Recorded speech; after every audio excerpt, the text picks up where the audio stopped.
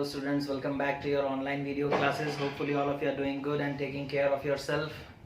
तो बच्चों, आज हम लोग एक नए चैप्टर को स्टार्ट करने जा रहे हैं, that is metals and non metals. Okay, जिसके बारे में ऑब्वियसली आप लोगों ने स्टैंडर्ड 8 या 9 में पढ़ा होगा, पहले से पढ़ रखा होगा. ठीक है, और ये कुछ ऐसे चीज़ें हैं जिनको हम लोग डे टू डे लाइफ में भी बहुत ज़्यादा यूज़ करते हैं. जैसे सबसे ज़्यादा हम लोग कौन से नॉन मेटल को यूज़ करते हैं ना, ऑक्सीजन. ओके, हम लोग कंटिन्यूसली ऑक्सीजन इनहेल करते हैं बच्चों. और हम लोग जो मेटल्स हैं, है ना, उनमें से बहुत सारे मेटल्स जैसे कि आयरन हो गया, आयरन को हम लोग यूज़ करते हैं हाउस बिल्डिंग वगैरह में, है ना, ब्रिजेस बनाने में. तो स्ट्रक्चर्स जहाँ पर भी बनाए जाते हैं आयरन का यूज़ वहाँ पर होता ही होता है. ठीक है, तो ये सब कुछ कॉमन मेटल्स हैं. ठीक है, तो बच्चों डिस्कशन हमारा स्टार्ट होगा. एक डिफरेंस है, what is the difference between metal and non metal. Okay, एक डिफरेंस से हम लोग स्टार्ट करेंगे ताकि हमें उतना ज़्यादा, बिकॉज देखो ये उतना इम्पॉर्टेंट नहीं है as per your class 10 is concerned. Okay, तो मेटल्स और नॉन मेटल्स के डिफरेंस से हम लोग बच्चों यहाँ पर अपने पढ़ाई को स्टार्ट करेंगे. ठीक है, एक साइड हमने एक कॉलम बना लिया है मेटल्स का और दूसरी तरफ हम लोग लिख देते हैं non metals. Okay, non metals. Okay, तो बच्चों हमारे जितने भी एलिमेंट्स हैं, टोटल 118 एलिमेंट्स हैं. ओके, टोटल कितने एलिमेंट्स हैं? 118 एलिमेंट्स हैं. और 118 एलिमेंट्स में से most of the elements are metals. Most of the elements are metals. ठीक है, most of the elements are metals. Okay, तो ये जो मेटल और नॉन मेटल का कहानी है बच्चों, ये कौन से चीज़ों पर मतलब आधारित है, या फिर तुम बोल सकते हो what is the basis of specifying that a substance is a metal और नॉन मेटल. है ना, एक एलिमेंट मेटल है, एक एलिमेंट है बच्चों, है ना, वो मेटल होगा या नॉन मेटल होगा, वो कैसे पता चलता है? वो मेटल होगा या नॉन मेटल होगा, वो कैसे पता चलता है ना? वो पता चलता है उनके फिजिकल प्रॉपर्टीज से. ठीक है, फिजिकल प्रॉपर्टीज के आधार पर ही हम लोग एलिमेंट्स को मेटल्स और नॉन मेटल्स के कैटेगरी में डालते हैं. ठीक है, तो ये चीज याद रखोगे, एलिमेंट्स का अगर हम लोग फिजिकल प्रॉपर्टीज के आधार पर डिवीजन करते हैं तो उन्हें मेटल और नॉन मेटल के कैटेगरी में रखा जा सकता है, यानी कि दो ग्रुप बनाए जा सकते हैं. एलिमेंट्स को फिजिकल प्रॉपर्टीज के आधार पर अगर हम लोग डिवाइड करेंगे तो मेटल और नॉन मेटल का ग्रुप बनेगा बच्चों. ठीक है, तब हम लोग देखेंगे कौन सा फिजिकल प्रॉपर्टी किसके पास है ना. तो स्टार्ट करते हैं आज का जो वीडियो डिफरेंस के साथ, that is metals and non metals. Okay, okay, ठीक है बच्चों, देखो तो मेटल्स हम लोग किसे कहते हैं ना? Those substances. Okay, those substances which have a shiny appearance, which have a shiny appearance. Okay,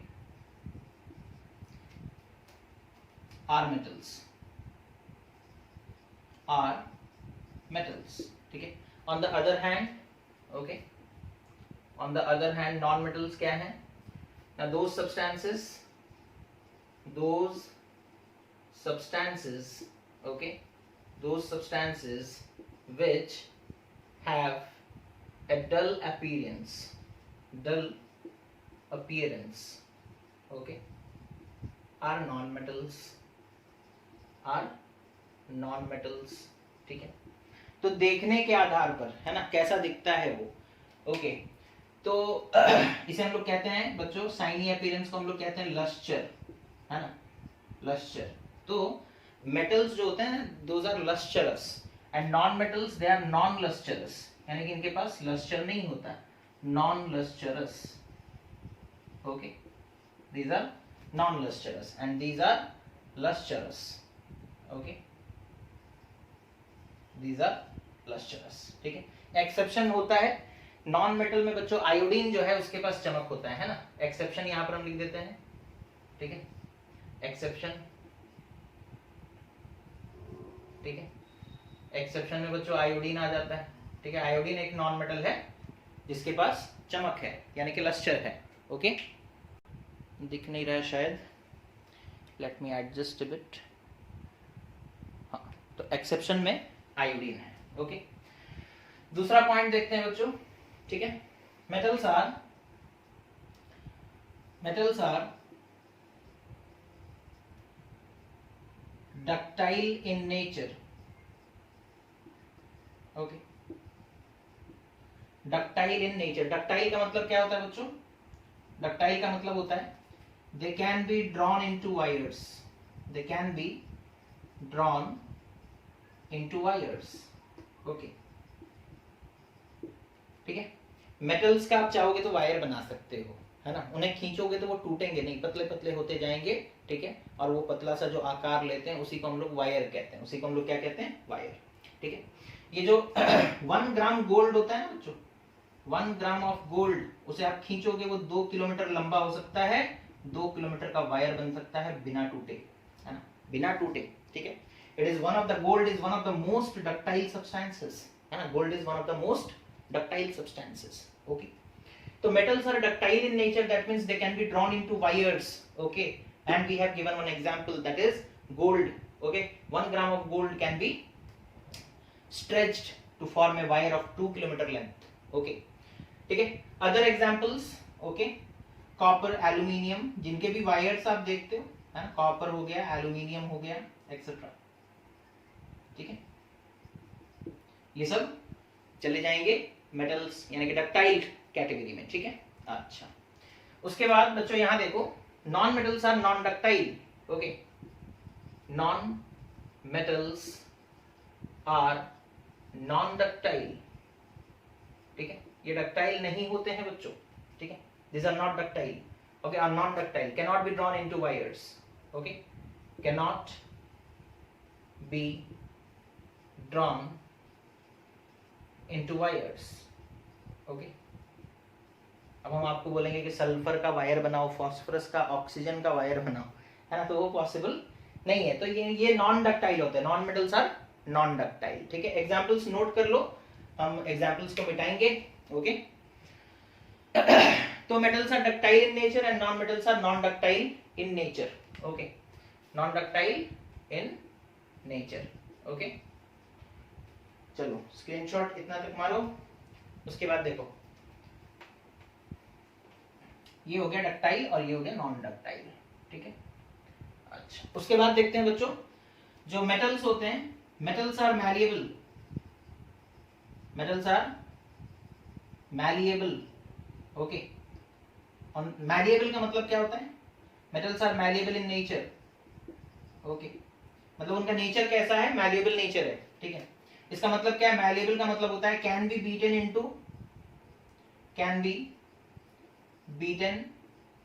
into thin sheets. Okay, metals को आप हैमरिंग करोगे ना बच्चों, वो टूटते नहीं है, पतले पतले शीट में कन्वर्ट हो सकते हैं। एल्यूमिनियम फॉयल, है ना, देखी होगी, एल्यूमिनियम मेटल है। आप सोचो, एल्यूमिनियम को इतना पतला किया जा सकता है कि नहीं? एल्यूमिनियम फॉयल, उसका साइज -10⁻⁶ मीटर के अक्रॉस में उसका थिकनेस होता है। ठीक है, माइक्रोन्स में, है ना। तो एल्यूमिनियम फॉयल जो है बच्चों, ठीक है, देखते हो कितना पतला होता है। उसी तरीके से सिल्वर फॉयल आता है, गोल्ड फॉयल आता है ना। गोल्ड फॉयल एक्सपेरिमेंट भी आप लोग पढ़े हो क्लास 9 में। ठीक है, तो मेटल्स जो हैं, aluminium, silver, gold, okay, copper, these all are malleable in nature, that means they can be beaten into thin sheets। उन्हें जब हिट करोगे तो पतले पतले शीट में कन्वर्ट हो जाएंगे without breaking. Okay, non metals are non malleable. Non metals are non malleable. ठीक है, ये मैलिएबल नहीं होते, that means cannot be beaten into thin sheets, cannot be beaten into thin sheets। okay, cannot be beaten into thin sheets। ठीक है, तो ये हो गया non malleables, sorry non metal, those are non malleable substances. उसके बाद और क्या है? ठीक है, उसके बाद और क्या है बच्चों? Metals are malleable, non metals are non malleable, है ना। उसके बाद metals are good conductors of heat and electricity. Okay, metals are good conductors of heat and electricity. ठीक है, इसी के लिए बच्चों हम लोग देखते हैं जो यूटेंसिल्स बनाए जाते हैं, है ना, जो यूटेंसिल्स बनाए जाते हैं किसके बनाए जाते हैं? एल्यूमिनियम के, ठीक है, या फिर स्टील के। ओके, स्टील किससे बनता है? आयरन से बनता है ना, मेन कंपोनेंट तो आयरन है, मेटल। ओके, उसी तरीके से यूटेंसिल्स हम लोग देखते हैं, यूटेंसिल्स का बेस है ना, बहुत जगह पर कॉपर का यूटेंसिल यूज किया जाता है। ठीक है, क्यों यूज कर रहे हैं हम लोग ये कॉपर, स्टील, एल्यूमिनियम यूटेंसिल? क्या कर रहे हैं? बिकॉज यूटेंसिल में काम क्या होता है? खाना पकता है, खाना पकने के लिए हीट चाहिए और ये हीट कंडक्ट कर सकते हैं, है ना। गैस चूल्हा के ऊपर आप इसे रखोगे, ये मतलब जो चूल्हे से हीट एनर्जी निकल रहा है ये तुरंत उसे कंडक्ट करके फूड तक पहुंचाते हैं और फूड जो है वो कुक हो जाता है ना। तो that is why they are means we can say that they are good conductors of heat. Okay, दूसरा चीज हम लोग यहाँ लिखे they are good conductors of heat and electricity. तो ये इलेक्ट्रिसिटी भी कंडक्ट करते हैं, है ना। ओके, ये इलेक्ट्रिसिटी भी कंडक्ट करते हैं। जैसे कि हम लोग देखते हैं घरों में वायर यूज होता है, कॉपर वायर, है ना, एल्यूमिनियम वायर। ओके, उसके बाद सिल्वर वायर। अब सिल्वर जो है ना, this is the best conductor of electricity, best conductor. ठीक है, silver is the best conductor followed by copper and then aluminium. Electricity सबसे अच्छा कंडक्ट करता है silver.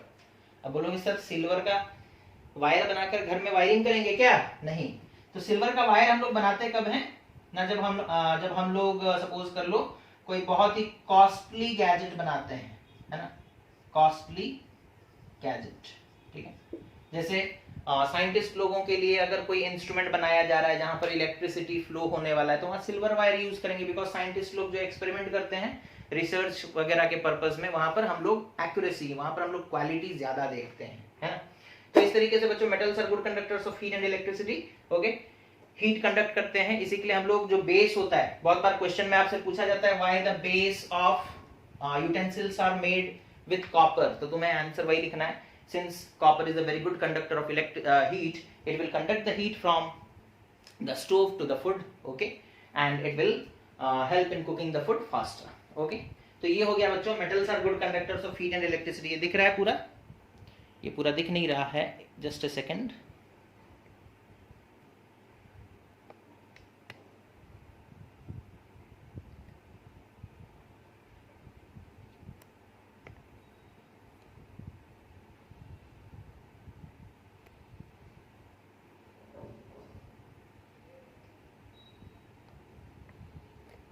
Now it's good. Okay, again इस चीज को मिटाते हैं बच्चों। ठीक है, copper wire, aluminium wire, silver wire, okay, ये सब वायर हो गया। अब बात करते हैं नॉन मेटल्स का। ओके, ठीक है, नॉन मेटल्स का बात करते हैं। So non metals are bad conductors of heat and electricity, ठीक है। इलेक्ट्रिसिटी और हीट ये कंडक्ट नहीं करते बच्चों, यानी कि they do not allow the heat or electricity to flow through them or pass through them. Okay, they do not allow heat or electricity to flow through them or pass through them. Okay, exception फिर आता है बच्चों यहाँ पर एक, ठीक है, exception आता है ग्राफाइट। ओके, एक्सेप्शन आता है ग्राफाइट। ग्राफाइट क्या है बच्चों? कार्बन का ही एक फॉर्म है, physical form, that is called allotrope of carbon, है ना। तो ग्राफाइट जो है वो इलेक्ट्रिसिटी कंडक्ट करता है। ठीक है, ग्राफाइट जो है नॉन मेटल है, कार्बन का ही एक फॉर्म है बच्चों, लेकिन इलेक्ट्रिसिटी कंडक्ट करता है, ओके, तो इस चीज को आप लोग नोट कर सकते हो, that is non metals are bad conductors of heat and electricity. Exception में बच्चों है ग्राफाइट जो कि इलेक्ट्रिसिटी कंडक्ट कर सकता है। ओके, ग्राफाइट हम लोग इलेक्ट्रोड्स के तौर पर यूज करते हैं, कहाँ बैटरी वगैरह जब बनाते हैं तो ग्राफाइट के रॉड्स यूज किए जाते हैं एज एन इलेक्ट्रोड। ओके, तो इतना हो गया बच्चों। अब ऊपर के सारे पॉइंट्स हम मिटाने जा रहे हैं, ठीक है। अब देखो, उसके बाद इतना हो गया, चलो बढ़िया। उसके बाद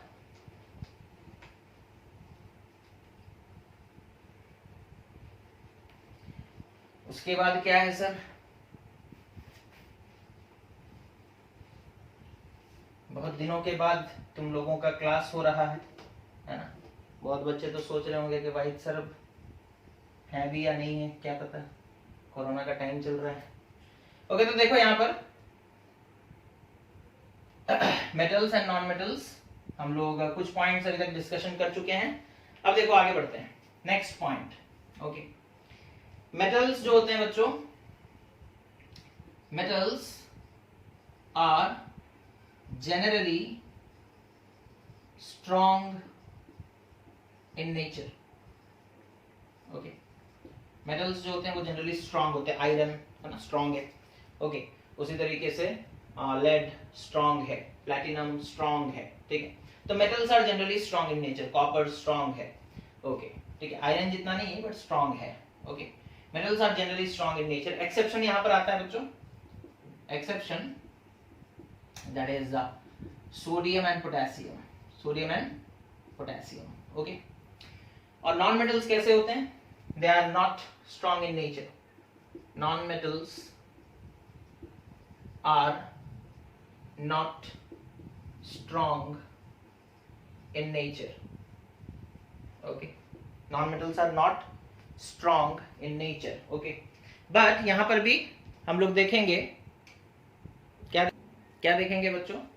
non metals are not strong in nature. जैसे कि सपोज कर लो हम आपको बोलेंगे कि यहाँ पर एक सल्फर का इतना बड़ा एक टुकड़ा है, ठीक है, सल्फर है, ठीक है।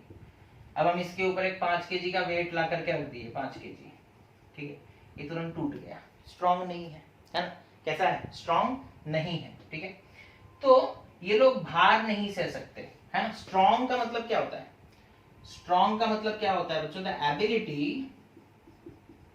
ability to withstand, okay, ability to withstand load, ठीक है, भार सहने का क्षमता, है ना।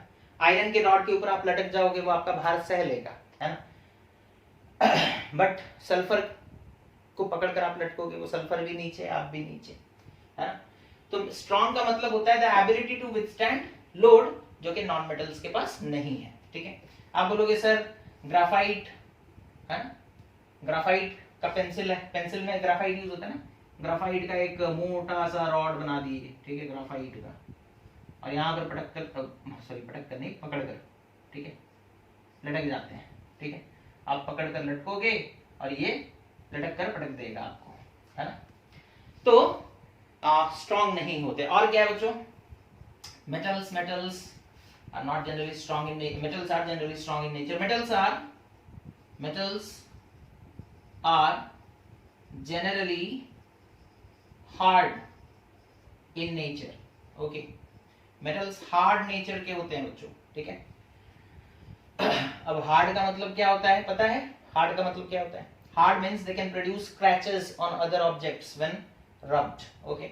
hard substance किसे बोलते हैं? ये substance hard है, मतलब दूसरे चीज के ऊपर उसे घिसोगे तो वो स्क्रैच प्रोड्यूस कर देगा। क्या प्रोड्यूस कर देगा? स्क्रैच, तो उसे हार्डनेस बोलते हैं, ठीक है।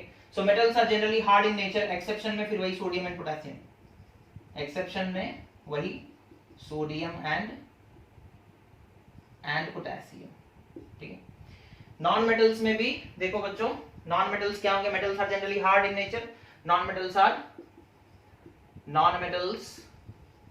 Are not hard in nature, ठीक है। यहां एक एक्सेप्शन आ जाता है, दैट इज डायमंड, ठीक है। एक्सेप्शन आता है diamond, that is the hardest known substance, okay, diamond, okay. Diamond भी क्या है बच्चों?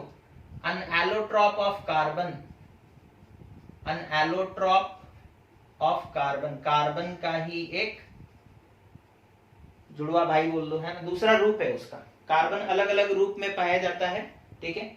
अलग अलग फिजिकल स्टेट में कार्बन जो है हमारे नेचर में एग्जिस्ट करता है बच्चों, और कार्बन का एक रूप है डायमंड, कार्बन का एक रूप ग्राफाइट भी है ना।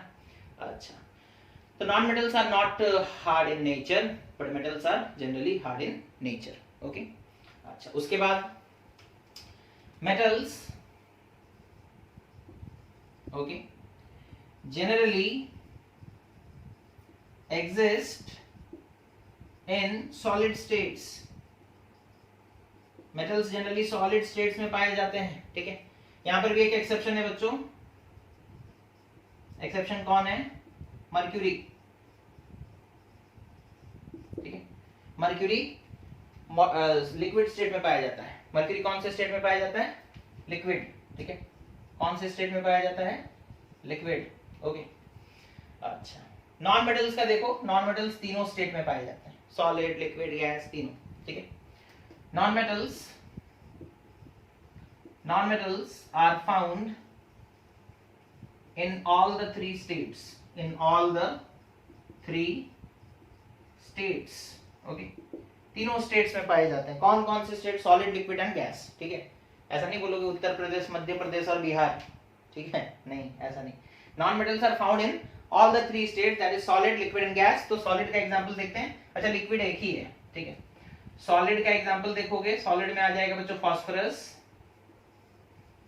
ठीक है, सल्फर, ठीक है, आयोडीन एक्सेट्रा, ठीक है। उसी तरीके से नॉन मेटल जो लिक्विड है एक ही है बच्चों, ब्रोमीन, है ना, लिक्विड नॉन मेटल, ठीक है। रूम टेम्परेचर पर लिक्विड स्टेट में रहता है, दैट इज ब्रोमीन, BROMINE, ठीक है, ब्रोमीन। अच्छा, गैसियस स्टेट में कौन कौन से नॉन मेटल्स गैस के आकार में पाए जाते हैं?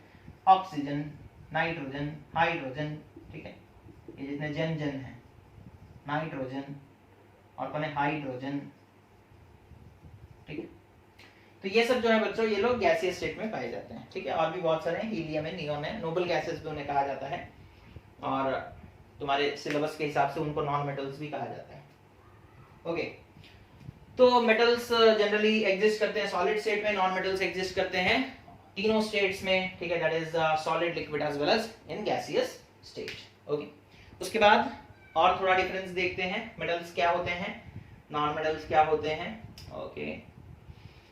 अच्छा, इसे मिटा रहे हैं, ओके।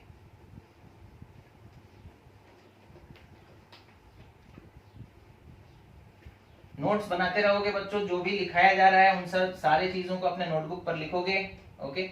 उन सारी चीजों को अपने नोटबुक पर लिखोगे ताकि जरूरत पड़ने पर रिवीजन आसानी के साथ हो सके और क्वेश्चन आंसर करने में भी आसानी हो, ठीक है। और क्या डिफरेंस होगा बच्चों? हाँ, metals are sonorous,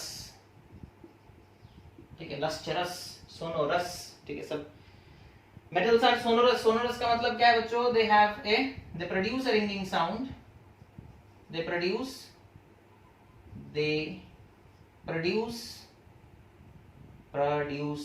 okay a ringing sound, they produce a ringing sound on being hit, जब उन्हें मारोगे, है ना, तो चीख चीख कर जोर जोर से चिल्लाएंगे वो, ठीक है।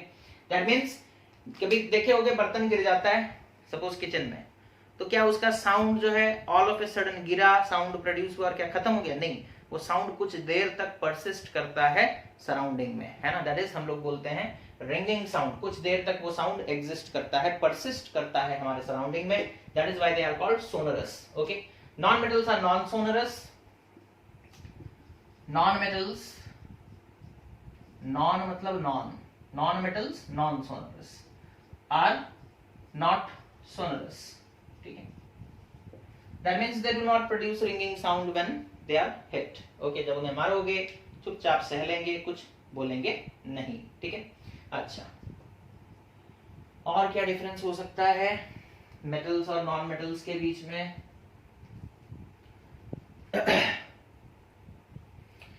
और क्या हो सकता है? हाँ, so metals, metals, metals, non metals, non metals, metals, okay.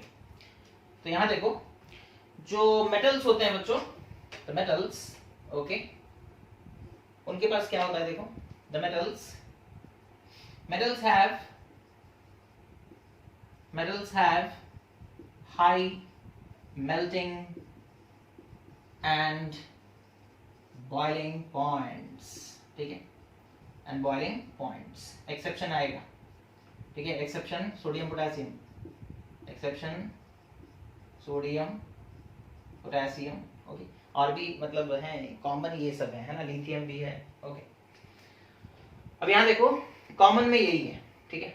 अच्छा, नॉन मेटल्स, जस्ट इसका opposite, non metals have low melting and boiling points, okay. They have low melting and boiling points. Boiling point बहुत कम होता है।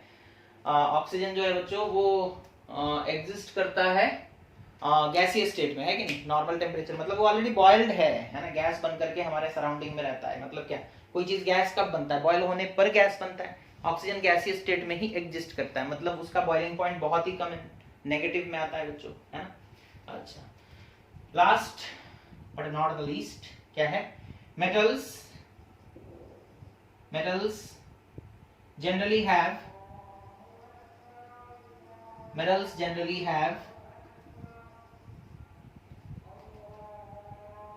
generally have silver or gray color, ठीक है, उनका colour कैसा होता है, सिल्वर या फिर ग्रे। एक्सेप्शन है, एक्सेप्शन में मेरे ख्याल से आ जाएगा copper and gold, copper and gold, okay. Non metals रंग बिरंगे होते हैं बच्चों, है ना। Non metals are found in various colours, okay, they are found in various colours. For example sulphur को देखो, सल्फर येलो होता है, येलो, ओके। फास्फोरस देखोगे, फास्फोरस वाइट भी होता है, रेड भी होता है, ठीक है। और क्लोरीन देखोगे, ग्रीनिश येलो होता है, ठीक है। तो इस तरीके से इनका कोई पर्टिकुलर ऐसा कलर नहीं है, लेकिन हाँ मेटल्स जो होते हैं वो जनरली सिल्वर कलर के होते हैं या फिर ग्रे कलर के होते हैं, ठीक है। एक्सेप्शन में कॉपर और गोल्ड है, ठीक है। तुम बोलोगे सर हमने तो आयरन को देखा था, वो ब्राउन कलर का दिख रहा था, आयरन भी तो मेटल है। तो एक्चुअली होता क्या है देखो बच्चों, है ना, कलर के बारे में हम लोग बात कर रहे थे, तो एक इंफॉर्मेशन और बता देते हैं, ठीक है। क्या है वो इंफॉर्मेशन, इंफॉर्मेशन ये है कि देखो मेटल्स को अगर हम लोग एटमॉस्फेयर में एक्सपोज करके रख देंगे, ठीक है, मेटल्स एटमॉस्फेयर में एक्सपोज्ड होकर के हैं, ठीक है। और एटमॉस्फेयर में बच्चों ऑक्सीजन गैस प्रेजेंट है, ठीक है, कार्बन डाइऑक्साइड गैस प्रेजेंट है, ठीक है, और हाइड्रोजन सल्फाइड गैस प्रेजेंट है या फिर सल्फर डाइऑक्साइड गैस प्रेजेंट है, ठीक है। ये सब गैसेस जो है ना मेटल्स के साथ रिएक्ट कर जाते हैं। दीज गैसेस, ओके, मेटल को शांति से बैठने नहीं देते, ठीक है। क्या करते हैं, ये CO2 नहीं है जो SO2 है, ठीक है। ये लोग क्या करते हैं ना, मेटल के साथ रिएक्ट कर जाते हैं। जैसे कि सपोज फॉर एग्जांपल एल्यूमिनियम, ठीक है, एल्यूमिनियम एक मेटल है बच्चों, ठीक है, सिल्वरी कलर का होता है, ओके। इसे आप ऐसे ही रख दिए एटमॉस्फेयर में, सपोज ये एक एल्यूमिनियम का टुकड़ा, इधर से ऑक्सीजन आया, इधर से ऑक्सीजन आया, इधर से ऑक्सीजन चारों तरफ से आया और बोला चलो रिएक्ट करते हैं, ठीक है। तो रिएक्शन होगा बच्चों, एल्यूमिनियम और ऑक्सीजन के बीच में रिएक्शन होता है, ठीक है। और एल्यूमिनियम और ऑक्सीजन के बीच में रिएक्शन होता है, रिएक्शन क्या होता है, that is aluminium reacts with oxygen to form Al2O3, that is aluminium oxide बन जाता है ना। रिएक्शन को बैलेंस करोगे 3O2 4Al 2Al O2O3 हो गया, 2 3 6, हाँ बैलेंस्ड है। 4Al + 3O2 gives rise to 12O3। तो हम लोगों को जब हम लोग सपोज कर लो कहीं पर एक रखा हुआ था एल्यूमिनियम का टुकड़ा, बहुत दिनों से ऐसे ही पड़ा हुआ था, आप उठा के लाए, तो एल्यूमिनियम के टुकड़े के सरफेस के ऊपर एल्यूमिनियम ऑक्साइड होगा, है ना, और उसका कलर डिफरेंट होगा, ठीक है, उसका कलर डल होगा, ठीक है। आपसे पूछेगा एल्यूमिनियम जो होता है वो तो मतलब हम लोग बोलते हैं metals they have shiny nature, they have luster, लेकिन एल्यूमिनियम का मेटल जब हम लोग देखते हैं तो वो डल दिखता है, क्यों, बिकॉज एल्यूमिनियम के मेटल के ऊपर एल्यूमिनियम ऑक्साइड बन चुका है, ठीक है। और ये इंटरेस्टिंग चीज ये भी याद रखो कि ये प्रोटेक्टिव लेयर की तरह काम करता है, it acts as a protective layer, है ना। एल्यूमिनियम ऑक्साइड का बन जाना, है ना, अंदर के एल्यूमिनियम को प्रोटेक्ट कर देता है ना, बिकॉज सरफेस पर बन गया क्या, एल्यूमिनियम ऑक्साइड, सरफेस पर, अंदर नहीं, ठीक है, ओनली ऑन द सरफेस, ठीक है, सरफेस पर बन गया एल्यूमिनियम ऑक्साइड Al2O3, ठीक है, अंदर में एल्यूमिनियम प्रोटेक्टेड है, ठीक है, उसे अब कोई ऑक्सीजन कुछ नहीं कर सकता बिकॉज एल्यूमिनियम ऑक्साइड के लेयर उसे प्रोटेक्ट कर रहे हैं, ठीक है। तो एल्यूमिनियम ऑक्साइड का लेयर जो है एक प्रोटेक्टिव लेयर की तरह भी एक्ट करता है बच्चों, है ना। बट यही चीज अगर आयरन में हो तो नुकसान होता है, यहाँ पर प्रोटेक्शन हो रहा है, आयरन में होगा तो रस्ट हो जाता है, rusting, that is formation of iron oxide, okay, ठीक है, leads to rusting of iron, okay, corrosion, ठीक है, ये भी कॉरोजन तो है बट ये फायदा पहुंचाता है, ठीक है, लेकिन आयरन का कॉरोजन को नुकसान पहुंचाता है, ठीक है। तो ये हो गया बच्चों differences between metals and non metals, ठीक है। टाइम कितना हुआ देख लेते हैं, ओके, आई थिंक थोड़ा बहुत और डिस्कशन हम लोग कर सकते हैं, सिर्फ अभी 30 मिनट्स ही हुए हैं, है, काफी समय है हमारे पास, ऐसे भी बहुत दिनों से क्लासेस नहीं किए थे, आज क्लासेस स्टार्ट किए हैं तो सोच रहे हैं कुछ ज्यादा पढ़ा दें, अदरवाइज हम लोग एक काम करते, 2 वीडियोस में बांट देते हैं पढ़ाई को, ठीक है।